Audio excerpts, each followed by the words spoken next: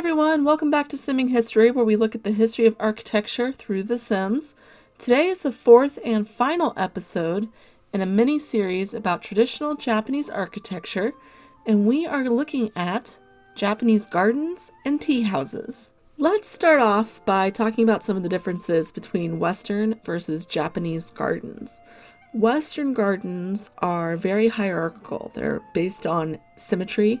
Components are spaced out evenly, and they are heavily manicured into what are not natural shapes, so like cubes or cones or spheres. Western gardens also include a lot of very colorful flowers.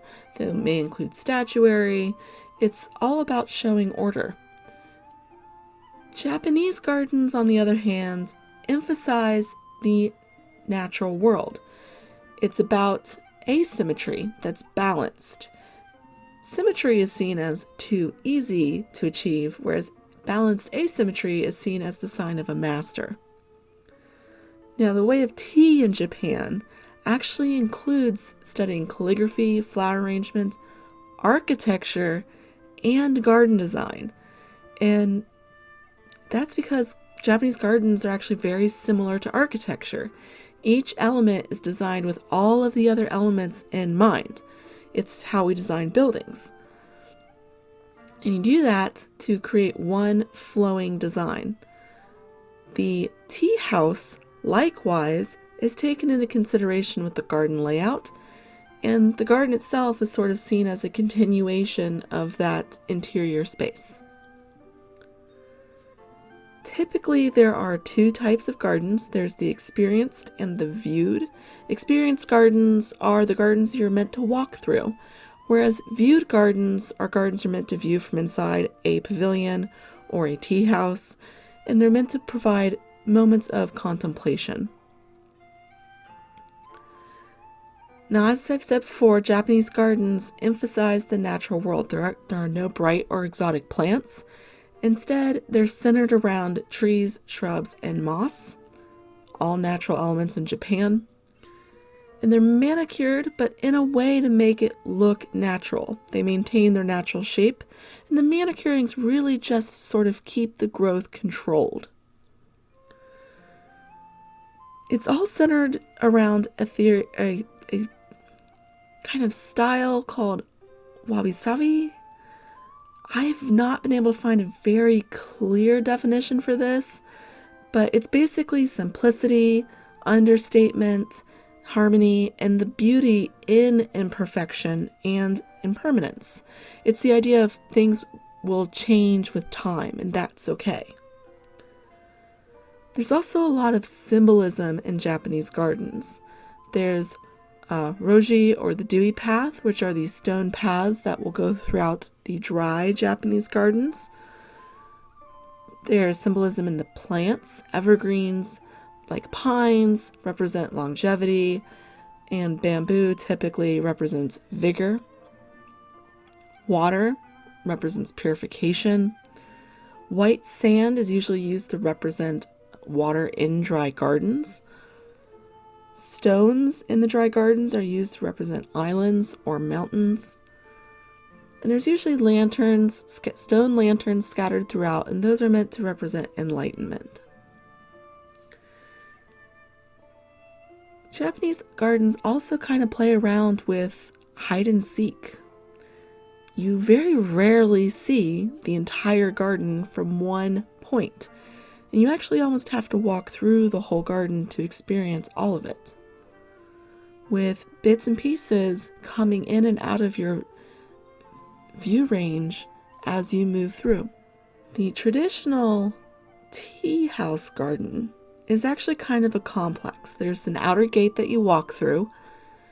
Inside that outer gate, there's going to be kind of a simple garden with a small, simple structure with benches. And this is where guests would sit and wait for their host to call for them for the tea ceremony.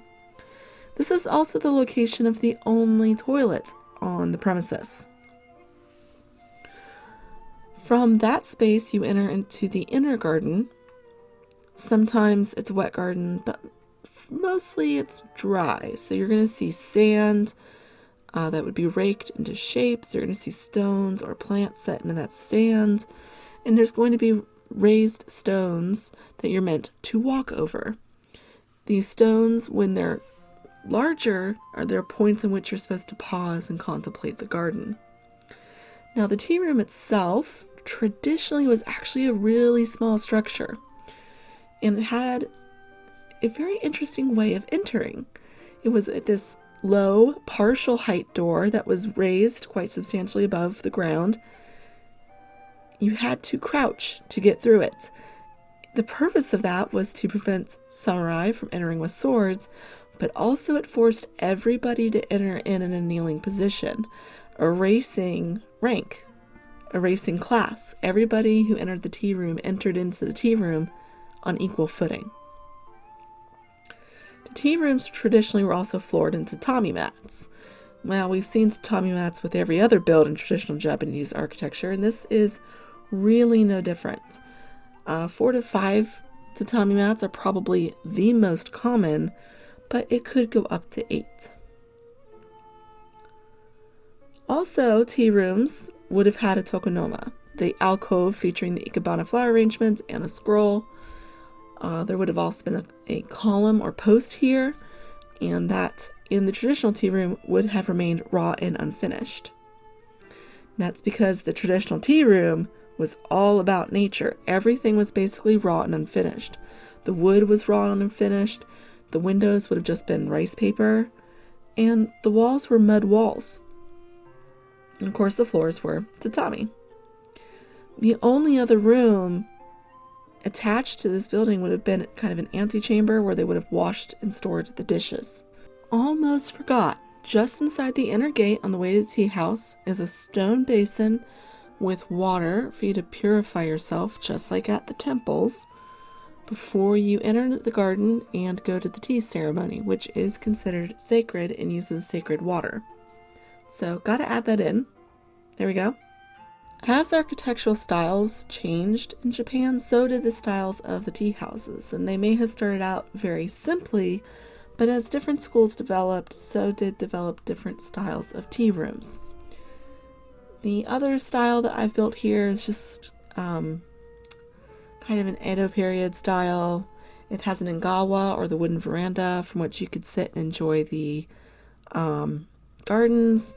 It has these sliding rice paper doors, the tile roof.